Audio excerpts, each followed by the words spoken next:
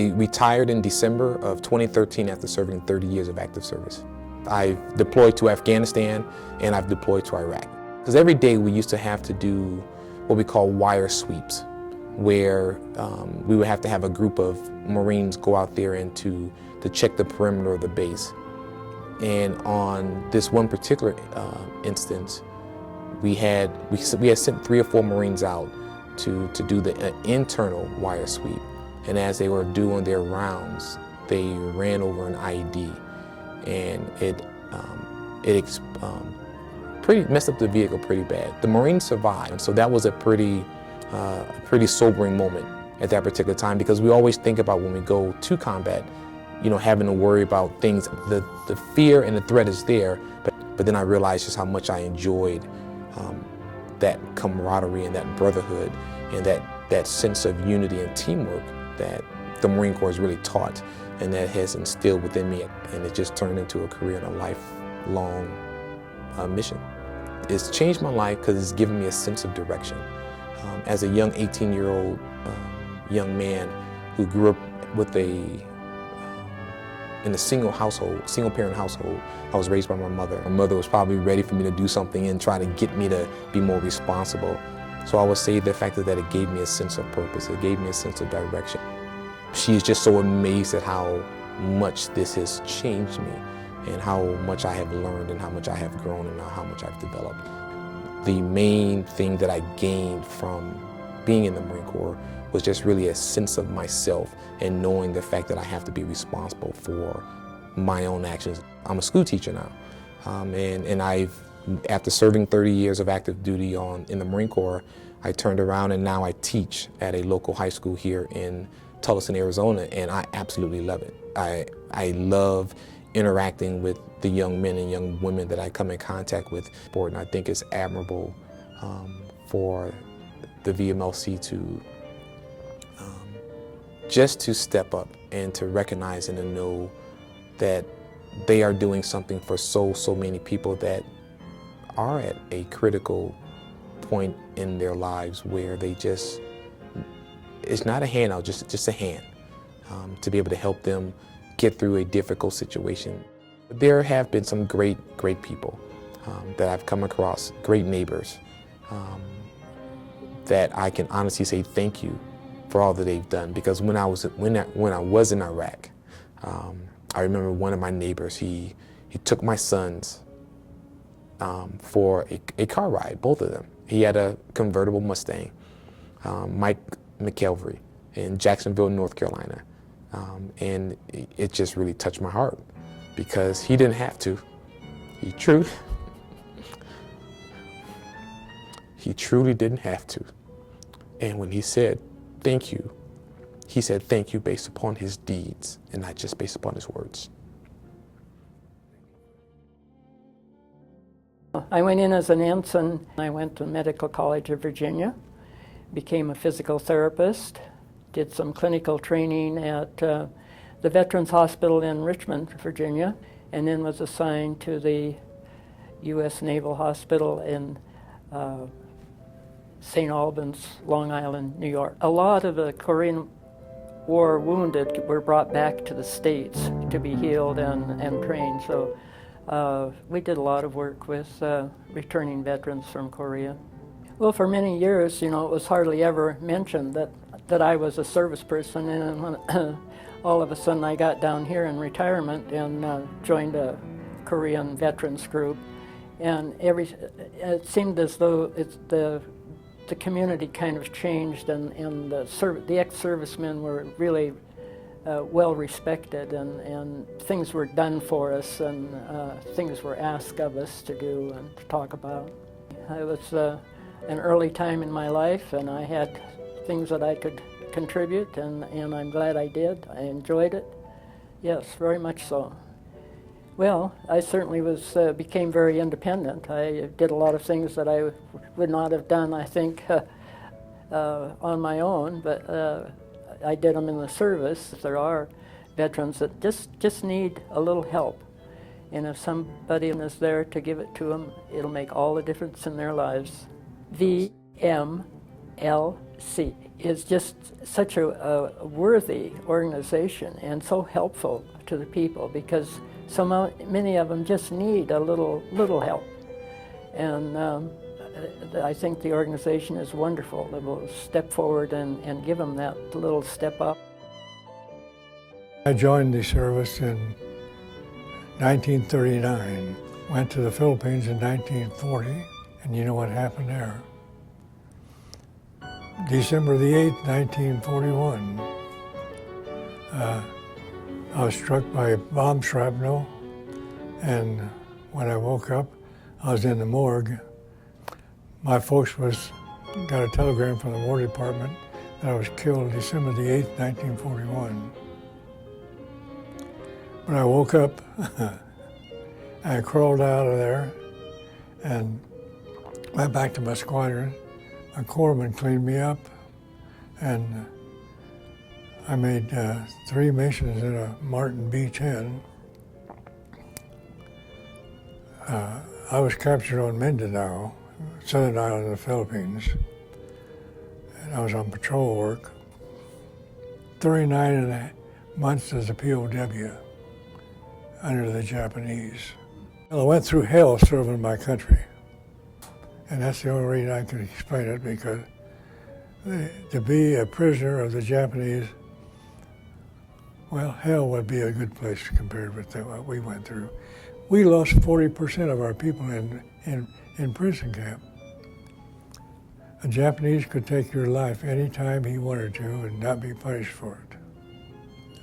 A Red Cross man come into our camp and said, "The war is over. We have entered the atomic age. A bomb has been dropped on Hiroshima and Nagasaki, and that ended the war." They took us back into Manila Bay, and we watched the surrender from the ship. Fantastic, fantastic to see all them people there, and to see them sign the peace treaty, and we knew then it was over. 2011, we went back to Japan.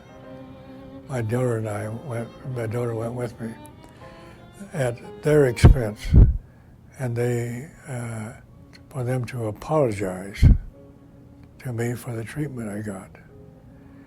And they did that, but the people that in the factory that I worked for were second generation, and they were fantastic. U.S. Navy, aboard a ship named the USS Alamo, and I was in my service entirely on that ship from 1960 to 1965.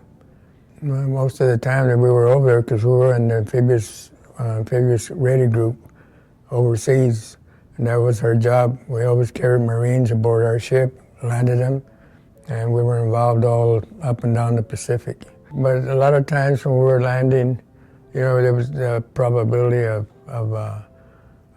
getting attacked, you know, because we always landed them, and then we took off. But the probability was over there, because a lot of times you hear submarines in the area. Almost every time we were going to land somebody, you didn't know what was going to happen. You were always tense, but you were doing your job and you never thought about it. You know? But we were involved in a lot of deals that, because most of the time it was secret. Usually you hear that, and at first when you hear it, you don't know whether it was ours or somebody else's. You know? And of course the hair in the back of your head would stand up for a while. I was in the year for a little over 5 years. I enlisted for 4, and then I extended for 1 year. I learned how to do my job, and when you were, we were always raised that way. When they told you to do something, you did it to the best of your ability. And I enjoyed my job, and I was doing it for my country and myself. I'm still real proud and still serving my country through the veterans of foreign wars and disabled American veterans. I feel very proud that you are doing this for me, because I'm a veteran. No, I have an uncle in World War II right now that's going to be on the parade. And I have my brother. Well, most of our family was able to get to pass the test or whatever, been in the service. I'm the only Navy guy though. The rest were Army and Marines. When I first came back on my first tour, getting back, all the people that were waiting for us, and like you see everything over there that's so bad, and when you get here you want to kiss the ground and just thank God. I would thank God that I'm an American. My family's been here since the 1500s, but I'm American all the way. RA. I am currently in the Arizona Army National Guard as a military police instructor. I've traveled to Germany, Italy, Ireland, Iraq, Kuwait, and absolutely love it. And I think it's built me as a person and made me who I am today. It's given me appreciation. When I was younger, I didn't really appreciate what I had around me, and I took things for granted. Going to third world countries and realizing that they don't have everything at their disposal. As soon as I got home, I started opening my eyes and realizing that we took things for granted. I graduated high school when I was 17, and I saw an Army commercial.